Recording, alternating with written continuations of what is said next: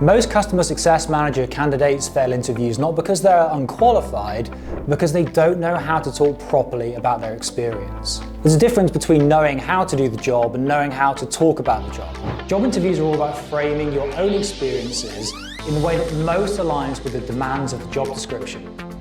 So in this video, I'm going to break down the 4 key categories of CSM interview questions that show up over and over again. I explain the intention behind them and show you what great answers actually sound like.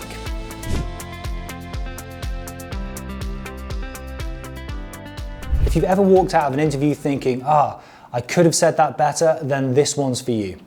The first category is strategy questions. Can you think like a CSM?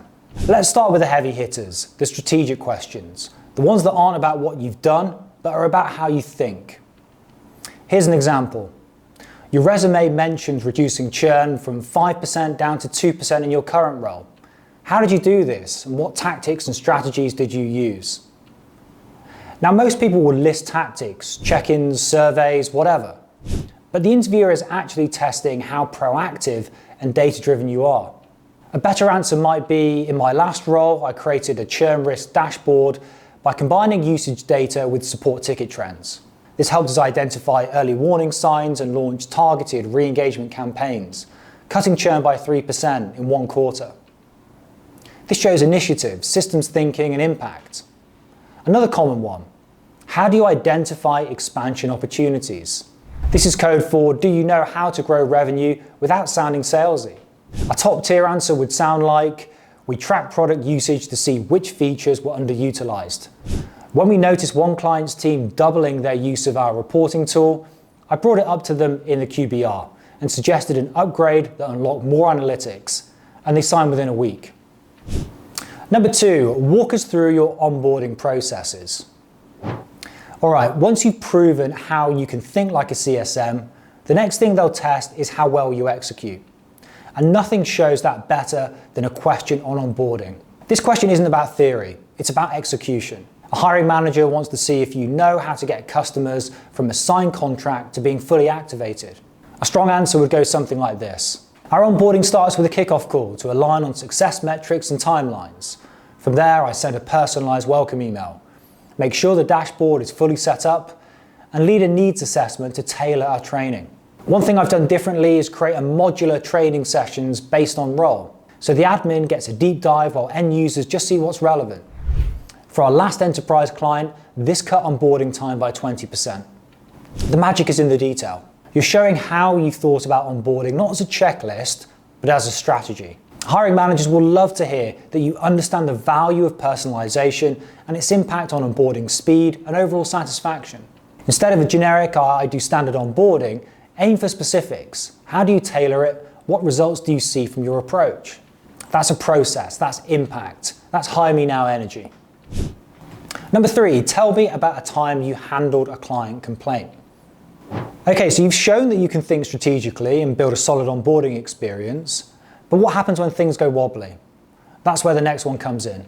Every CSM has had to manage a difficult situation with a client, whether it's about a product limitation, an unresolved issue, or something that didn't go as planned. How you handle these tough moments is what sets you apart. Let's say you were once tasked with dealing with an unhappy client about a feature limitation. It happens in almost every tech company. The customer had been waiting for a feature that wasn't released yet, and they were ready to churn. Here's how you could break down your answer. First, show how you acknowledge the issue. This was a tough one. The client was upset about a feature that wasn't yet available. Then describe your solution. For instance, I took ownership of the situation, set up weekly check-ins, and provided them with updates on the product roadmap. Behind the scenes, I worked closely with the product team to prioritize their request. And finally, round things off by highlighting the result. By the time the feature had launched, we had re-engaged the customer, and they were delighted with the final product. This approach reduced churn by 10% for that quarter. This approach shows the interviewers that you're not afraid of conflict. You have the tools and the communication skills to turn a negative situation into a positive outcome. Number 4, what's your leadership style? Even if you're not directly managing a team yet, hiring managers still want to know how well you collaborate with others. Leadership isn't just about managing people. It's about how you take initiative, provide support, and inspire your peers. So when asked about your leadership style, you want to give a response that highlights collaboration, accountability, and empathy. A great answer might look like this. I believe in servant leadership. My goal is to help others succeed.